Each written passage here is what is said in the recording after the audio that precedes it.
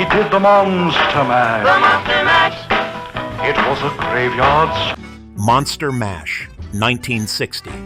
Let's start with one from the 1960s. Monster Mash by Bobby Pickett, released in 1962, is a playful Halloween classic that tells the story of a mad scientist monster who rises to dance a new craze, the Monster Mash. Inspired by the popular dance moves of the time, like the twist and mashed potato, Pickett's track was an instant novelty hit. Pickett, an aspiring actor, found his inspiration while imitating Boris Karloff's Dracula-like voice, which lent the song a spooky yet humorous charm. Co-written with Leonard Capizzi and recorded with the Crypt Kickers, Monster Mash was perfectly timed for a pre-Halloween release, quickly climbing the Billboard Hot 100 as fans embraced its fun, ghoulish vibe.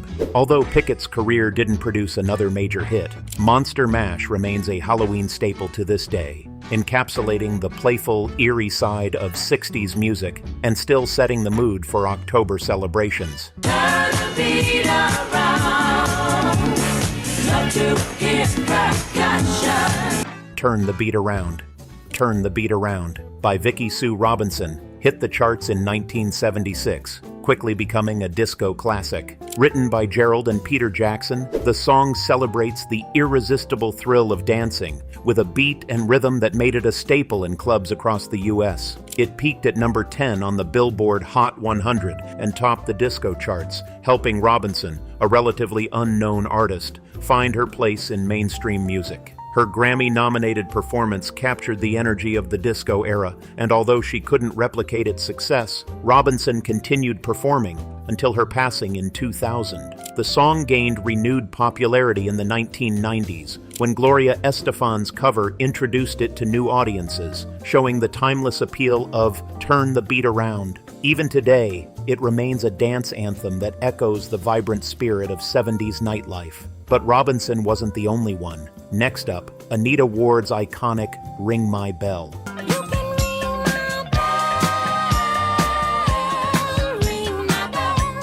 Ring My Bell. Anita Ward's Ring My Bell, released in 1979, is a playful disco anthem that captured audiences with its suggestive lyrics and unique rhythm.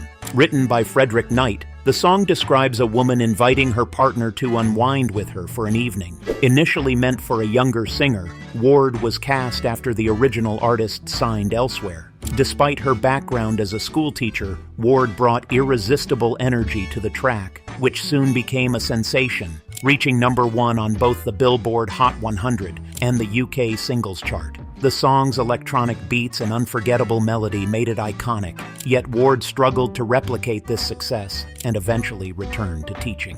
Ring My Bell remains her signature piece, reflecting the allure and innovation of the disco sound that defined the era and cementing Ward's legacy in the world of one-hit wonders. In-A-Gadda-Da-Vida, honey, don't you know that I love you? In-A-Gadda-Da-Vida.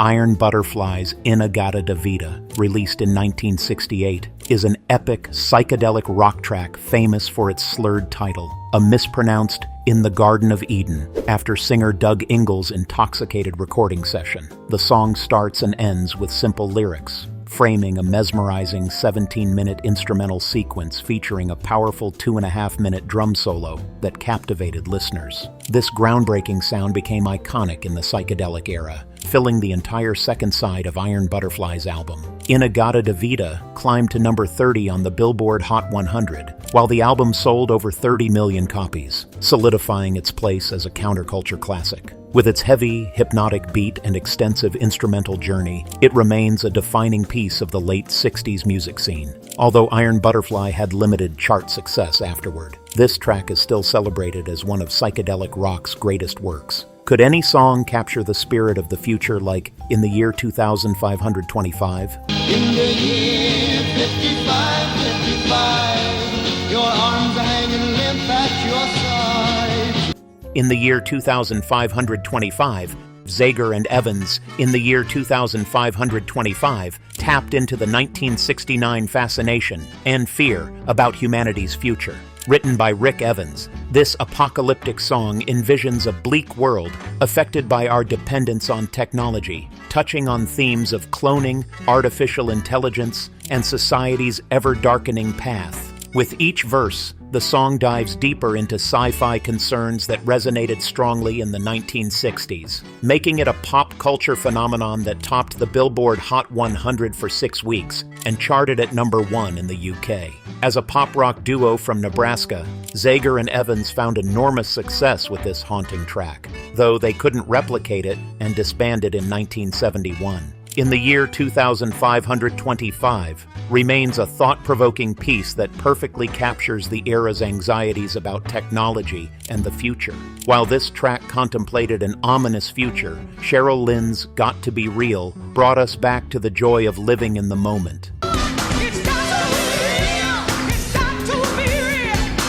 Got to Be Real, released in August 1978, Got to Be Real by Cheryl Lynn became a beloved anthem of the disco age, celebrating authenticity and love. Co-written by Cheryl Lynn, David Paich, and David Foster, this track was an instant hit, bringing fresh energy to dance floors with its funky beats and strong vocals. It climbed to #12 on the Billboard Hot 100 and topped the Hot Soul Singles chart, marking Cheryl Lynn's entry into the music world after a stunning performance on The Gong Show. Her powerful voice, combined with the catchy melody, made this song unforgettable. Adding to its charm was guitarist Ray Parker Jr., who would later become famous for his Ghostbusters theme. Although Cheryl Lynn released other tracks, Got to Be Real remains her most memorable hit, continuing to resonate with audiences as a classic expression of love and individuality in disco.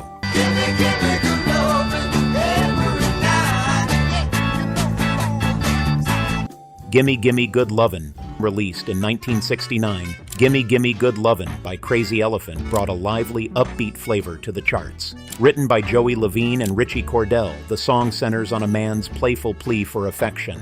Its catchy chorus and danceable rhythm helped it rise to #12 on both the Billboard Hot 100 and the UK Singles Chart. Crazy Elephant, a studio band created by the Casonet's Cats production team known for bubblegum pop hits, was composed of session musicians rather than a traditional group. Despite their brief time in the spotlight, Gimme Gimme Good Lovin' captured the carefree, fun spirit of bubblegum pop, quickly gaining popularity with its infectious beat. Unable to replicate this success, Crazy Elephant disbanded, leaving this hit as a lasting snapshot of late 60s pop. But what makes Norman Greenbaum's Spirit in the Sky stand out as a timeless classic from the same era?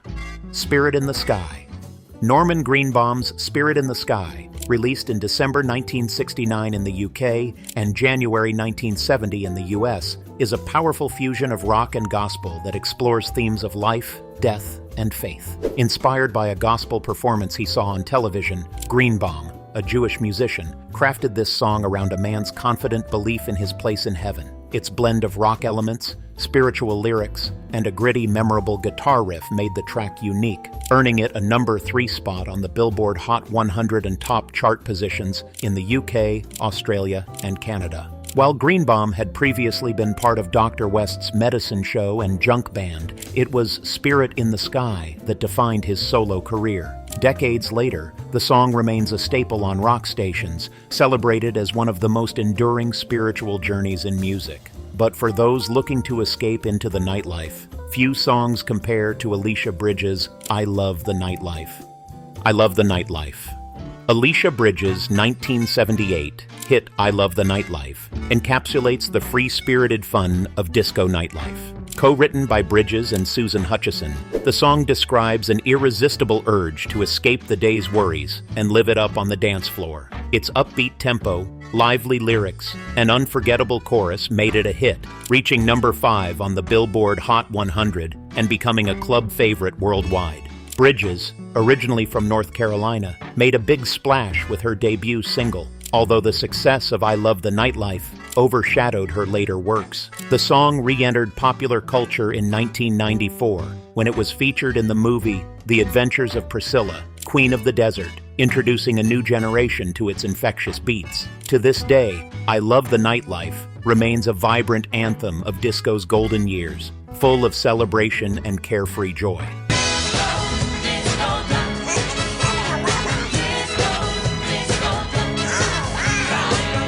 Disco Duck. Did you ever imagine a disco song inspired by a dancing duck? Rick Dees's Disco Duck, released in 1976, brought humor and lightheartedness to the genre, with a quirky story about a man who starts dancing like a duck at a party. The song's playful lyrics and catchy rhythm made it an instant hit, reaching #1 on the Billboard Hot 100 in October. Dees, a Memphis DJ, added a unique element to the track by incorporating his own duck voice in the chorus, a twist that resonated with listeners everywhere. Despite being fired from his radio job for mentioning it on air, Disco Duck sold over 4 million copies and won a People's Choice Award for Favorite New Song. Although Rick Dees found more fame in his radio career, Disco Duck remains a fun, memorable classic from the disco era. But what moves did The Hustle bring to the dance floor? Do the hustle. Do the hustle. The Hustle. The Hustle by Van McCoy, an instrumental masterpiece from 1975, was more than just a song. It was a movement. Written and produced by McCoy, the track was inspired by the dance craze he witnessed in New York City nightclubs. Its addictive beat and unique piccolo melody quickly propelled The Hustle to #1 on the Billboard Hot 100 and the Hot Soul Singles chart, solidifying it as an essential disco anthem. McCoy, a skilled songwriter and producer, worked with renowned artists before achieving solo fame with this Grammy-winning hit. Recorded with top session musicians, including drummer Steve Gadd and guitarist Eric Gale, the song's catchy rhythm became a dance floor favorite around the world. Though McCoy continued producing music, The Hustle remains his most iconic work, inviting generations to do the dance that defined an era of musical celebration. And I walk, and they twist, I'll twist, and they shimmy, and I'll shimmy. California Sun by the Rivieras, released in 1963, perfectly captures the laid-back, sunny vibe of California. Originally recorded by Joe Jones in 1961, this version by the Rivieras, a teenage garage band from South Bend, Indiana, quickly gained traction, reaching #5 on the Billboard Hot 100. Its catchy surf rock sound and lyrics celebrating California's lively culture struck a chord with American youth just before the British invasion reshaped the music scene. Though the Riviera's fame was short-lived, California Sun endures as a popular surf rock anthem, resonating with fans of West Coast culture. The song's appeal has continued to grow, with appearances in movies like Good Morning, Vietnam, helping introduce its carefree, high-energy feel to new generations. For those drawn to the counterculture movement, another song that became an anthem of the era was Scott McKenzie's San Francisco. To San Francisco. San Francisco. Scott McKenzie's San Francisco, Be Sure to Wear Flowers in Your Hair, released in 1967, became an anthem for the summer of love. Written by John Phillips of the Mamas and the Papas, the song invited people to San Francisco to embrace ideals of peace and love, a message that resonated deeply during the Vietnam War. Mackenzie's gentle vocals and the song's hopeful tone made it an instant hit, reaching #4 on the U.S. Billboard Hot 100 and topping charts worldwide. With its lyrics urging listeners to wear flowers in your hair, San Francisco quickly became a symbol of the counterculture movement, drawing countless young people to the city for a summer of change. Though Scott McKenzie never had another hit of this magnitude, the song endures as a powerful reminder of the idealism that defined the late 1960s. But what makes Spirit in the Sky an equally timeless classic from this era?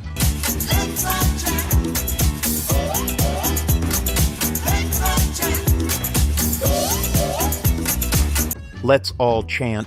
Ever heard a song that makes you want to move your body? Released in 1978, Let's All Chant by the Michael Zager Band brought disco audiences exactly that, a high-energy anthem with a catchy chorus that dared everyone to join in.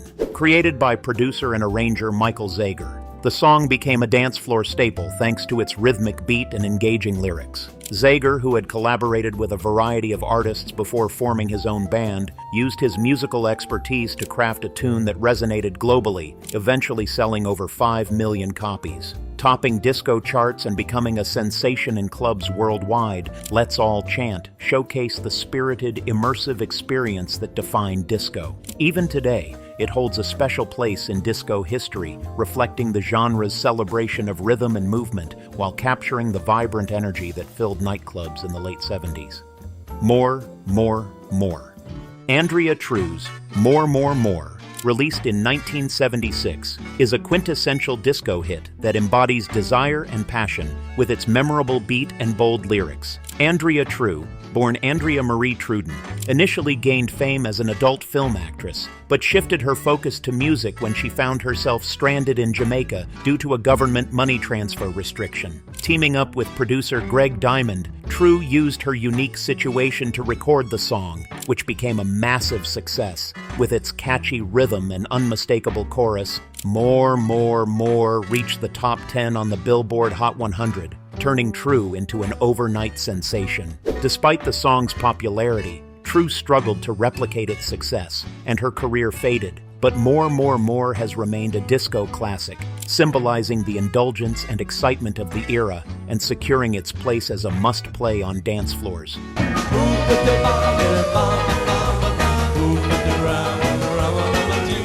Who Put the Bomp?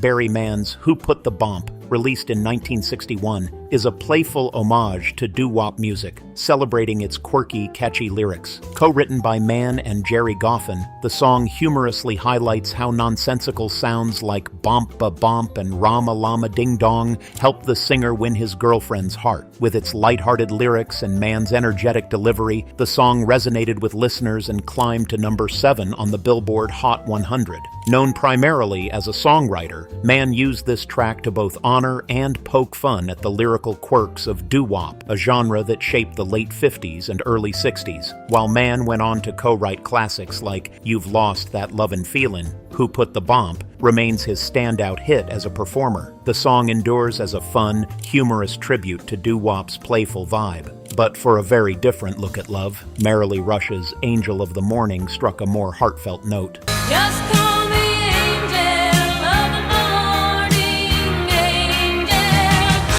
Angel of the Morning.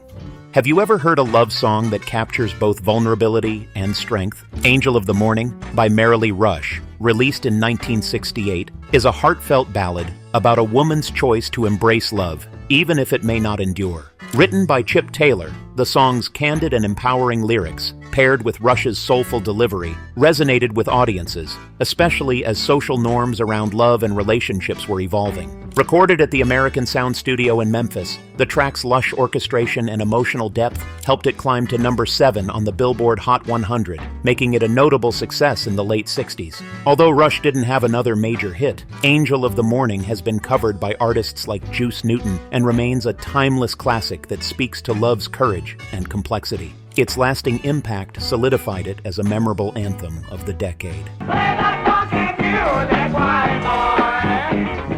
Play that funky music, right. Play That Funky Music. Wild Cherry's Play That Funky Music hit the airwaves in 1976, blending rock and disco in a way that resonated with fans of both genres. The song tells the story of a rock band adapting to disco's booming popularity, with lyrics like "Play that funky music, white boy," symbolizing the band's shift toward the funky rhythmic style that defined the late 70s. Written by lead singer Rob Parisi, the track was famously conceived in just 5 minutes after a club-goer requested funky music. Play That Funky Music soared to number 1 on the Billboard Hot 100 and achieved platinum status, becoming Wild Cherry's breakthrough hit. Though the band couldn't replicate this success, the song remains a cultural touchstone, played at countless parties and clubs since its release. With its infectious beat and enduring popularity, it stands as a timeless party anthem.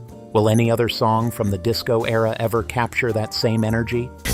Don't leave me this way, no. Don't Leave Me This Way.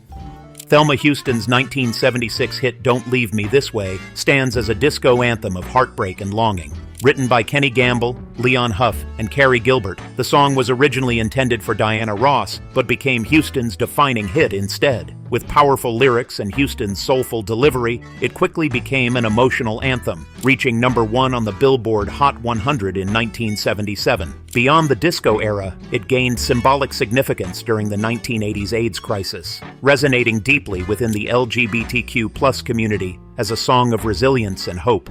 Signed with Motown in the early 1970s, Houston captured a universal sense of yearning in this track, which continues to be celebrated and covered by artists worldwide.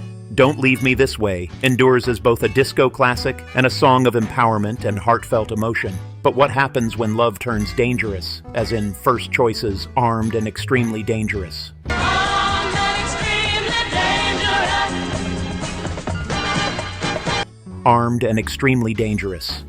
First Choice's Armed and Extremely Dangerous, released in 1973, tells a cautionary tale of heartbreak and emotional vulnerability. Written by Alan Felder and Norman Harris, the song's lyrics warn of a man who broke the protagonist's heart, evoking both pain and strength. Its catchy melody and First Choice's strong vocals made it a standout track, reaching number 28 on the Billboard Hot 100 and number 11 on the Hot Soul Singles chart. The song marked the debut of First Choice, a female trio from Philadelphia consisting of Rochelle Fleming, Annette Guest, and Wardell Piper. Known for their unique harmonies and soul-influenced sound, First Choice continued to release music throughout the disco era, but Armed and Extremely Dangerous remains their most enduring hit. The song's popularity was boosted when it was featured in The Stepford Wives, 1975, leaving a lasting impact on disco and pop culture.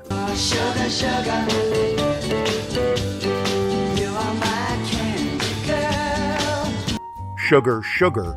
Have you ever heard a song so sweet it feels like candy? Sugar, Sugar by the Archies, released in 1969, became an instant bubblegum pop sensation with its catchy, candy-inspired lyrics and upbeat melody. Written by Jeff Barry and Andy Kim, the song uses playful metaphors to express the joy of love, and its memorable chorus made it an easy favorite. Topping the Billboard Hot 100 for 4 weeks, it was the #1 song of 1969 in the U.S., connected to The Archie Show, a popular animated series. The Archies were a fictional band brought to life by Ron Dante's lead vocals. This fun track transcended its cartoon origins to become a real-life chart topper. Sugar, Sugar remains a beloved hit from the late 60s, perfectly capturing the cheerful, bubblegum pop sound that fans adored during a time of cultural transformation. Mama said it was a shame about Billie Joe anyhow.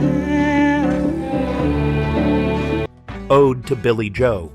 Bobby Gentry's Ode to Billie Joe, released in 1967, is a haunting Southern Gothic ballad that captivated audiences with its mysterious storyline. The song paints a scene of a family casually discussing the suicide of Billie Joe McAllister, who jumped off the Tallahatchie Bridge, while subtly hinting at a hidden connection between Billie Joe and the narrator. Gentry's voice, paired with a sparse guitar melody, creates a melancholic, eerie atmosphere that drew listeners in. Climbing quickly to #1 on the Billboard Hot 100 and winning multiple Grammy Awards, the song highlighted Gentry's talent as both a singer and a storyteller. Ode to Billie Joe remains celebrated for its ambiguity, as Gentry never fully reveals the backstory, leaving fans to interpret it in their own ways. Its blend of country, pop, and blues, along with its compelling narrative, secured it a place in music history. But for a lighter vibe, let's dive into the lively beat of Little Bit of Soul.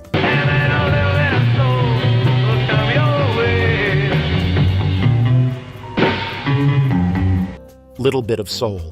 Little Bit of Soul by the Music Explosion, released in 1967, is a vibrant anthem that encourages listeners to face life's challenges with inner strength. With its infectious beat and powerful chorus, the song became an upbeat hit, climbing to #2 on the Billboard Hot 100 and reaching #1 on the Record World 100 Top Pops chart. The Music Explosion, a garage rock band from Mansfield, Ohio, quickly gained fame with this catchy track, even earning a gold record for selling over 1 million copies. Although the band couldn't replicate the success of Little Bit of Soul and eventually disbanded in the early 70s, the song remains a nostalgic favorite from the summer of love. Its lively beat and message of resilience captured the spirit of the 60s, marking it as an unforgettable one-hit wonder that continues to inspire and energize.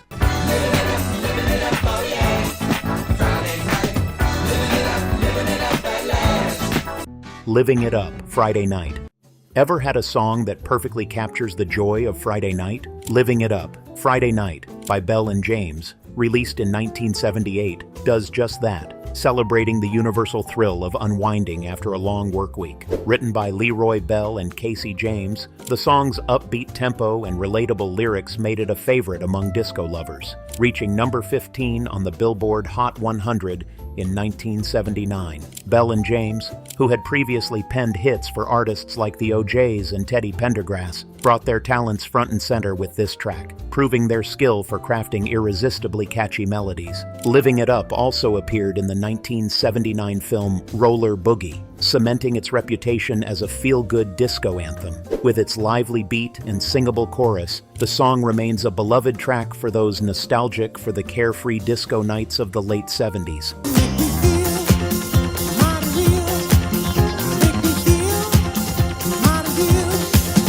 You Make Me Feel Mighty Real.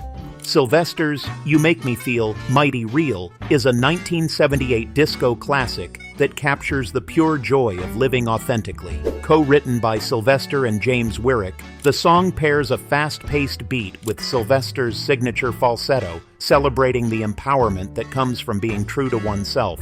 It quickly became a hit, resonating especially within the LGBTQ+ community, where Sylvester, known as the Queen of Disco, was a beloved and influential figure. Topping the US Billboard Dance Club Songs chart and finding success in the UK, You Make Me Feel Mighty Real showcased Sylvester's pioneering role in both music and LGBTQ+ visibility, as well as his innovative use of electronic sounds. With its infectious energy and powerful themes of self-expression, it remains one of the disco era's most unforgettable tracks. But just as Sylvester captured the essence of living free, Maurice Williams and the Zodiacs' Stay brings a heartfelt plea for love.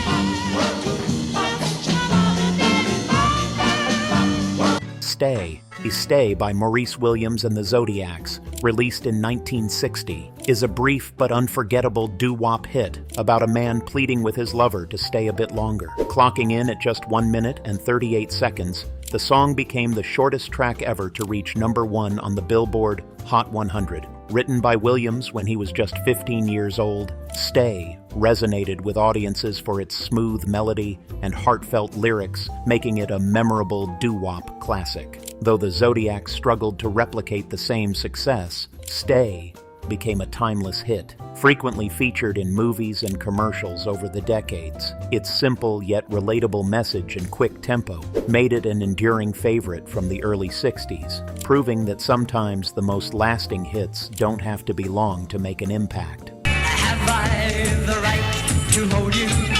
You know I've always told you. Have I the Right? The Honeycombs' Have I the Right, released in 1964, is a memorable pop track known for its upbeat energy and unique drumming technique. Written by Ken Howard and Alan Blakely, the song's lyrics capture the excitement of seeking permission to love, while the band's distinctive sound and stomping beat add an extra layer of charm. Produced by Joe Meek, the track features a pounding rhythm created by the band stomping on wooden stairs, setting it apart from other hits of the time. The Honeycombs, originally called the Sheratons, also stood out for featuring female drummer Honey Lantry, a trailblazer for women in rock music. Have I the Right reached number 1 on the UK charts and gained popularity in the US as well, remaining a unique and important piece of 60s music history. Now, the last one comes from the 1960s, but plenty more follow from the 1970s. Keep on dancing, everybody dancing right now. Keep on Dancing, The Gentrys. Keep on Dancing, released in 1965, is a lively track that celebrates dancing through both good times and challenges. Written by Alan A. Jones and Larry Raspberry, the song's upbeat rhythm and encouraging lyrics made it an instant hit with young audiences. Climbing to number 4 on the Billboard Hot 100, The Gentrys, a band from Memphis, Tennessee, became known for their high-energy performances and fun-loving spirit, which made Keep on Dancing a memorable track of the mid-60s. Interestingly, the band included a young Jimmy Hart, who would later become famous as a wrestling manager. Keep on Dancing remains the Gentrys' biggest success, capturing the carefree, dance-centric culture of the era. Its catchy beat and timeless message encourage listeners to keep moving forward, making it a classic feel-good anthem that still resonates with fans today. But will another song ever capture that same unbreakable spirit?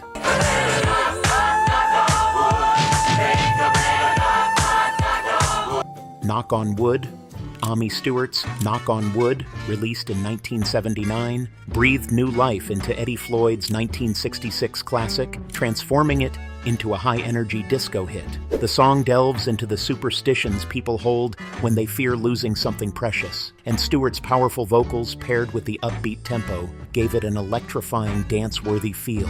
Knock on Wood soared to the top of the U.S. Billboard Hot 100 and became a global sensation, filling dance floors across the world. Stewart, an American singer with strong disco and soul influences, perfectly captured the era's spirit in her rendition, which later re-entered the UK charts in 1985, reaching the top 10 once again. This enduring hit showcases how classic songs were reinvented during the disco era, with a beat and energy that make it a genre staple and a tribute to disco's timeless appeal. And that wraps up our journey through unforgettable one-hit wonders. These tracks left a lasting mark, each capturing a unique moment in music history. Which is your favorite? Let us know.